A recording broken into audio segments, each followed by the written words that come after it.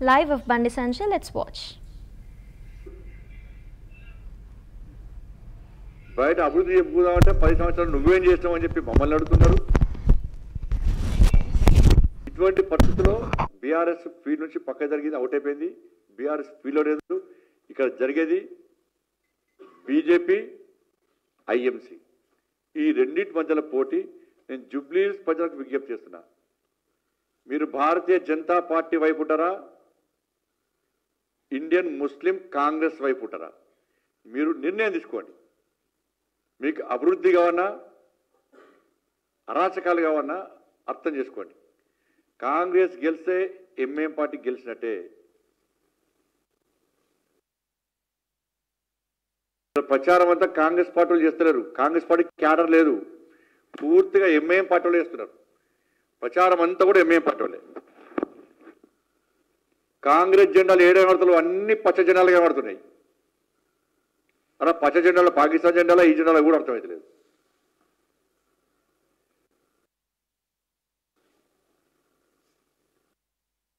రాష్ట్ర ముఖ్యమంత్రి ఇక దిగజారి ముఖ్యమంత్రి హోదా లెక్క వివరించకుండా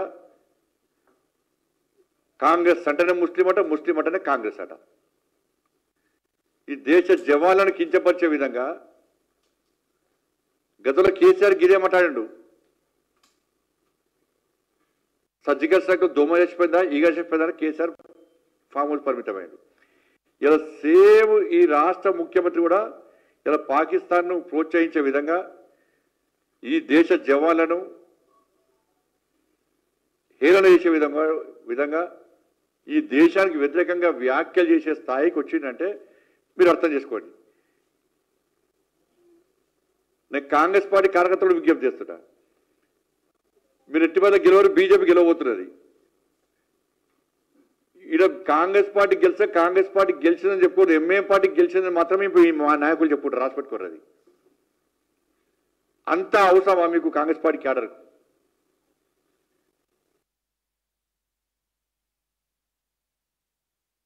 బీఆర్ఎస్ పార్టీ ఇప్పుడు వాళ్ళ లొల్లి స్టార్ట్ అయింది. మాగంటి గోపీనాథ్ ఇవాళ కొంతమందికి 2 భార్యలు ఉంటున్నారు, 4 పిల్లలు ఉంటున్నారు. కానీ తల్లి ఒక్కతే ఉంటుంది అన్న, తల్లి ఒక్కతే ఉంటుంది. ఇన్ని సంవత్సరాలు పెంచి పోసేటువంటి తల్లికి ఇలా సొంత కొడుకును హాస్పిటల్లో చూసుకోలేని పరిస్థితి తీసుకొస్తే ఆ తల్లి ఎంత తల్లడిలాలే, ఎంత బాధ అనుభవిస్తుందో ఇవాళ ఇన్ని రోజులు ఈ సమాజాన్ని తెలియలే. సరే, ఆ తెర వెనుక ఎవరున్నారో మనకు సంబంధం లేదు.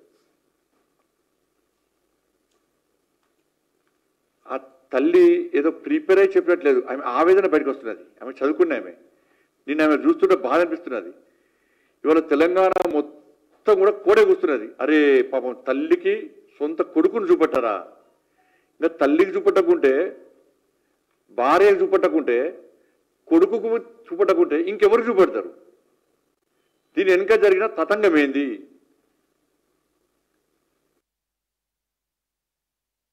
తల్లి డైరెక్ట్ కేసీఆర్ కొడుకు పేరు చెప్పింది. నా కొడుకు మరణము ఒక మిస్టరీ అన్నది. ఏంది అది?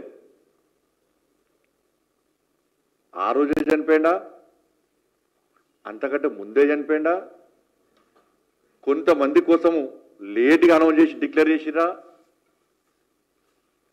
దీని మీద విచారణ జరపాల్సిన అవసరం పక్కా ఉంది.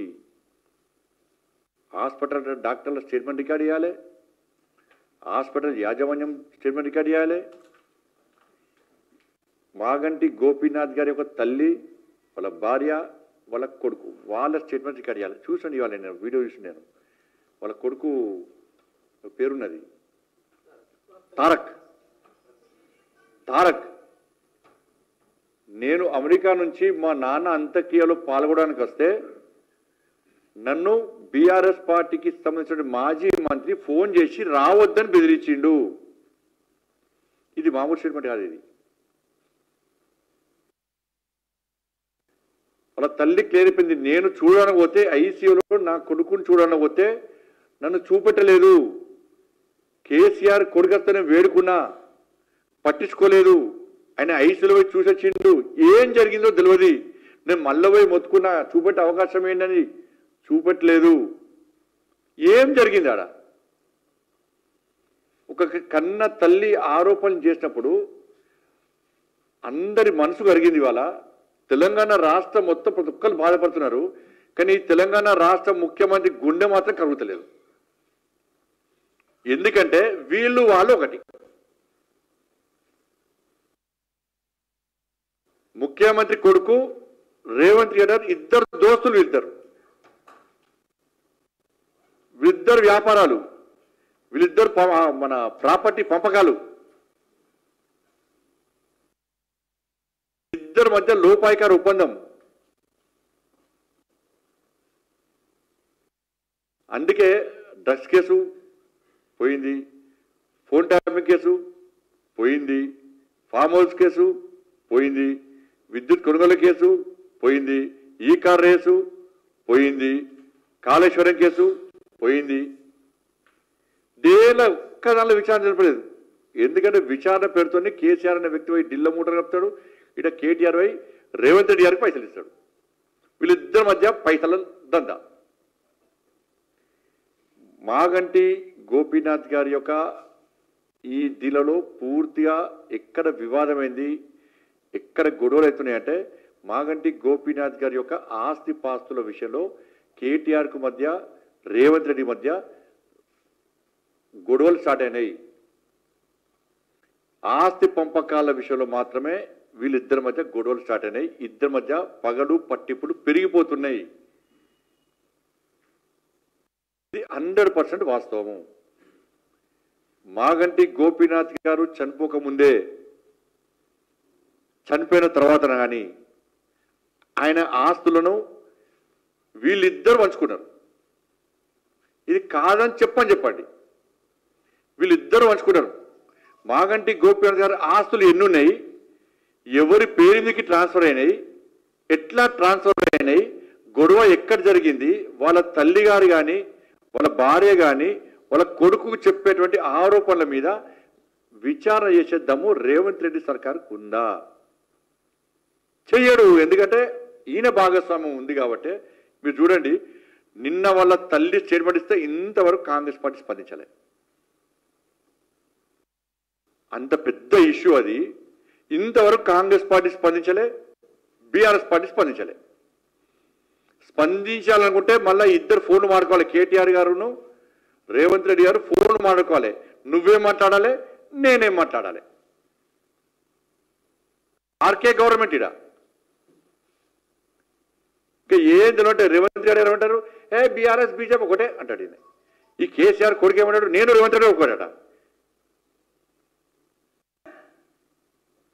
మాగంటి గోపీనాథ్ ఆస్తి పాస్తుల విషయంలో వెంటనే చర్చ జరపాలి, ఎంక్వైరీ చేయాలి, విచారణ జరపాలి. ఎవరికి ట్రాన్స్ఫర్ అయినాయి, ఎవరి పేరు మీద ట్రాన్స్ఫర్ అయినాయి, రేవంత్ రెడ్డి గారి పేరు మీదకి ఎన్ని ట్రాన్స్ఫర్ అయినాయి, కేసీఆర్ కుటుంబం పేరు మీదకి ఎన్ని ట్రాన్స్ఫర్ అయినాయి, వాళ్ళ తల్లే నా కొడుకు మన ఒక మిస్టేక్ అంటున్నది, ఏం జరిగింది, మాగంటి గోపీనాథ్ గారు ఎప్పుడు చనిపోయారు,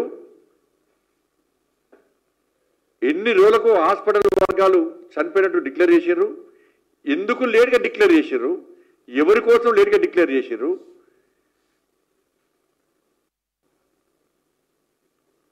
దీని మీద పక్కా విచారణ జరగాలి. దీని కాంగ్రెస్ బీఆర్ఎస్ మధ్య ఆస్తి పంపకాల విషయంలో ఎవడన్నా ఆస్తి పంపకాల్లో కుటుంబ సభ్యులు కొట్లాడుకుంటారు ఎవడన్నా. కానీ ఇక్కడ ఆస్తి పంపకాలు కేసీఆర్ను మన కేటీఆర్ను రేవంత్ రెడ్డి కొట్లాడుకుంటున్నారు.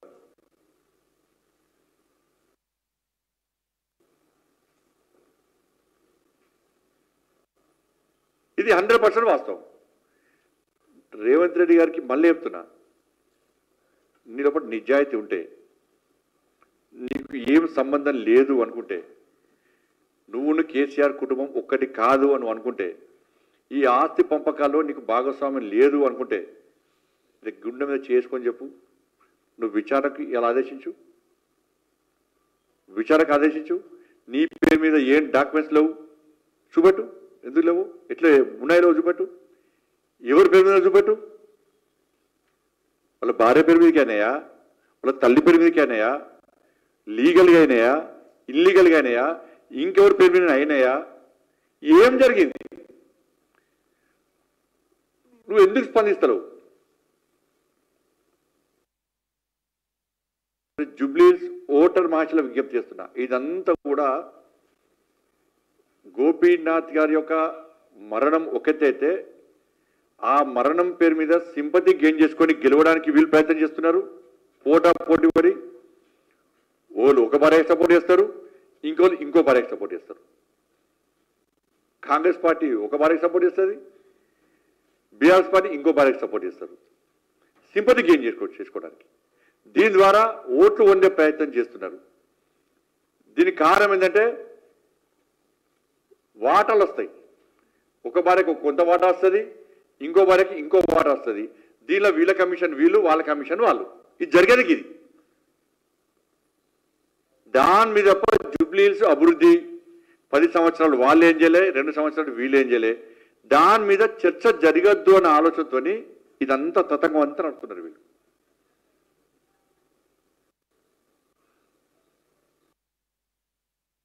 ఇట్లా గెలవాలని చెప్పి ఇలా ముస్లింలందరూ ఓటు బ్యాంక్గా మార్చి అట్లా గెలవాలని చెప్పి కాంగ్రెస్ పార్టీ ప్రయత్నం. బీఆర్ఎస్ పార్టీ మొదటంగా ప్రయత్నం చేసింది, కలవే వాళ్ళకి ఫీల్ అక్కడ అధిక పక్కన. బీఆర్ఎస్ పార్టీ ఫీల్ ఉన్నాయి.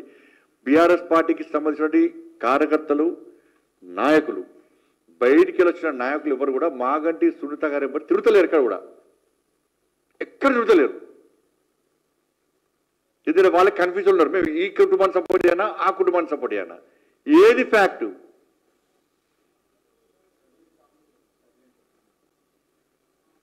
ఈ కన్ఫ్యూజన్ ఉండరు కాబట్టి బీఆర్ఎస్ పార్టీకి వాళ్ళ కుటుంబ సభ్యులు చేస్తున్నారు. అంతా సోషల్ మీడియా సర్వేల పేరుతోని చేస్తున్నారు. కాబట్టి ఇవన్నీ విషయంలో రాష్ట్ర ప్రభుత్వాన్ని మళ్ళీ డిమాండ్ చేస్తున్నారు. మీరు విచారణకు ఆదేశించకుంటే ఇలా జూబ్లీహిల్స్లో ఇలా మీ 2 పార్టీలకు గుండెపాటు చెప్పడానికి ప్రజలు సిద్ధంగా ఉన్నారు. భారతీయ జనతా పార్టీ కార్యకర్తలు కష్టపడి పనిచేస్తున్నారు. ప్రజలు మాకు ఓట్లేయడానికి సిద్ధంగా ఉన్నారు. ఎట్టి బస్సులో ఈ 3 రోజుల లోపల మొత్తం ఎన్నికల వాతావరణం మొత్తం మారబోతున్నది. సర్వేల అంచనాలు తలకిందులు కాబోతున్నాయి.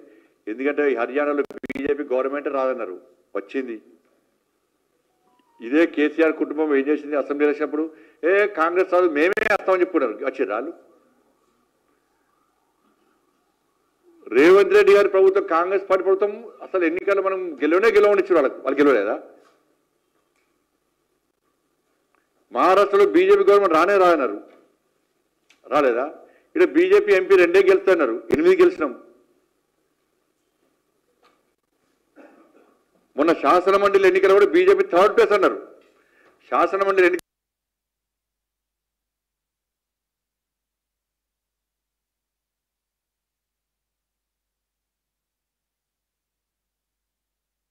పూర్తిగా ఎంఐఎం పార్టీలో వేస్తున్నారు. ప్రచారం అంతా కూడా ఐఎంసీ. ఈ రెండింటి మధ్యలో పోటీ. నేను జూబ్లీహిల్స్ ప్రజలకు విజ్ఞప్తి చేస్తున్నా, మీరు భారతీయ జనతా పార్టీ వైపు ఉంటారా? ప్రజలు ఎంఐఎం పార్టీని వ్యతిరేకిస్తున్నారు. భారతీయ జనతా పార్టీ పాత బస్తీనే కొత్త బస్తీ ఇవ్వాలనుకుంటే ఇవాళ ఈ కాంగ్రెస్ పార్టీ ఈ భాగ్యనగరాన్ని మొత్తం కూడా పాత బస్తీ చేయాలని చెప్పి ఆలోచనతో కుట్రగా వివరిస్తున్నది. గతంలో బీఆర్ఎస్ జూబ్లీహిల్స్ ను డ్రగ్స్ అడ్డగా మార్చింది. ఇలా కాంగ్రెస్ పార్టీ జూబ్లీహిల్స్ ను చైన్ స్నాచర్లకు, గంజాయి దందాకు, సంఘ విద్రోహ శక్తులకు అడ్డగా మార్చే ప్రయత్నం కాంగ్రెస్ పార్టీ చేస్తున్నది. దీన్ని గుర్తించాల్సిందిగా నేను అప్పీల్ చేస్తాను. ధన్యవాదాలు.